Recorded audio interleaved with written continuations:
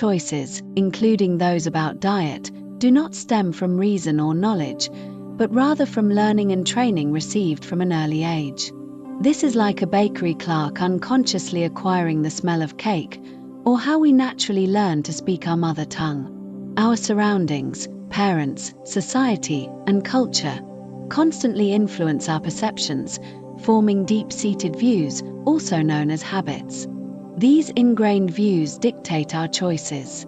Even with food that we know is harmful, we struggle to break free due to habit, and may even find it enjoyable, as this feeling is the result of years of conditioning. Many nutritionists and experts, despite having correct knowledge, may also find it difficult to shake off the habits instilled in childhood. Therefore, the focus of this film is not merely to discuss diet, but to use diet as an entry point to expose the harm of incorrect views and how they lead us to unconsciously make self-destructive and self-harming choices. Our goal is to consciously reverse the faulty learning and training of the past few decades, using the correct views provided by science, and thereby make choices that are truly beneficial for our mind and body. Starting now, we will guide everyone to learn this step by step. The science of food, quantity, and control. Good day everyone. Welcome to this episode of the podcast, brought to you by Vita Choice Limited. The core truth: matter has no morality. We're here to talk about giving our children the truth, the science, and the power to make informed choices. Here's the crucial foundation. Matter itself carries no moral value. Sugar isn't good, and sugar isn't bad. It just is. The labels, good, bad, healthy, unhealthy, those come from us, from humans. If we're going to stick labels on things, we must make sure they're accurate. The right questions to ask about any food are simple and scientific. Does my body need this? How much does my body need? The contradiction problem. Moderation means it's problematic. We have a contradiction in how we teach food. We often say, sugar is sweet and delicious. It gives you energy. But remember, you need to have it in moderation. If it's wonderful and good, why the caution? You don't tell kids to eat vegetables in moderation.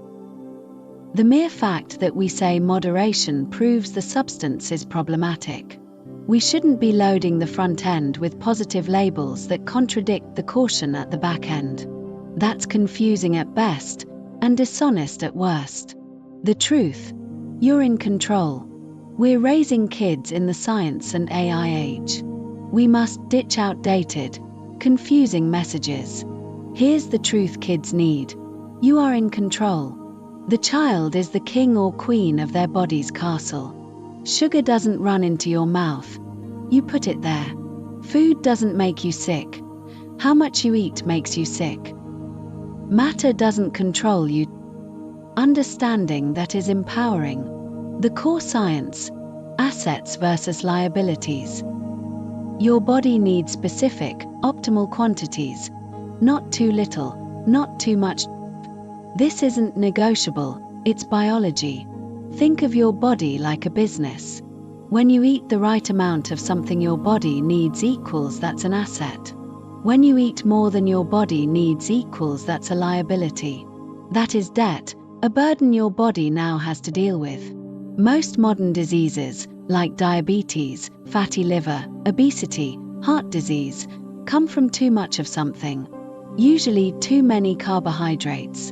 When you eat excess carbohydrates, 1. They convert to glucose in your blood.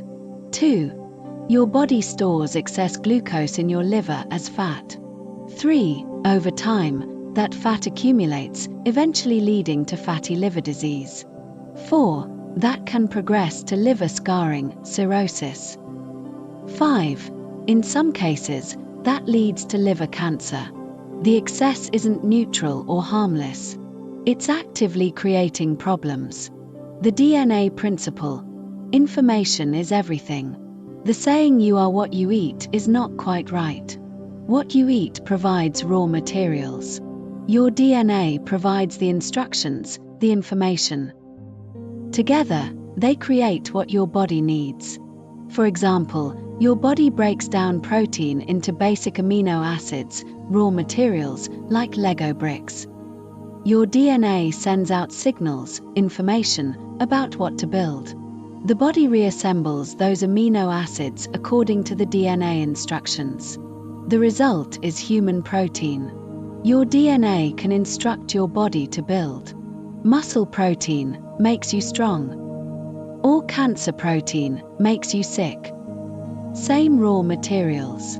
Different information.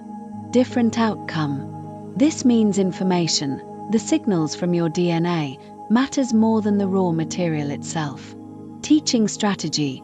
Use real science and quantities.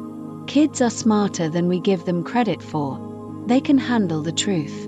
We must teach clear mechanism and quantities. Teaching mechanism, example, when bacteria in your mouth eat sugar, they create acid. That acid dissolves tooth enamel, creating holes we call cavities. That's why we brush our teeth and watch how much sugar we have.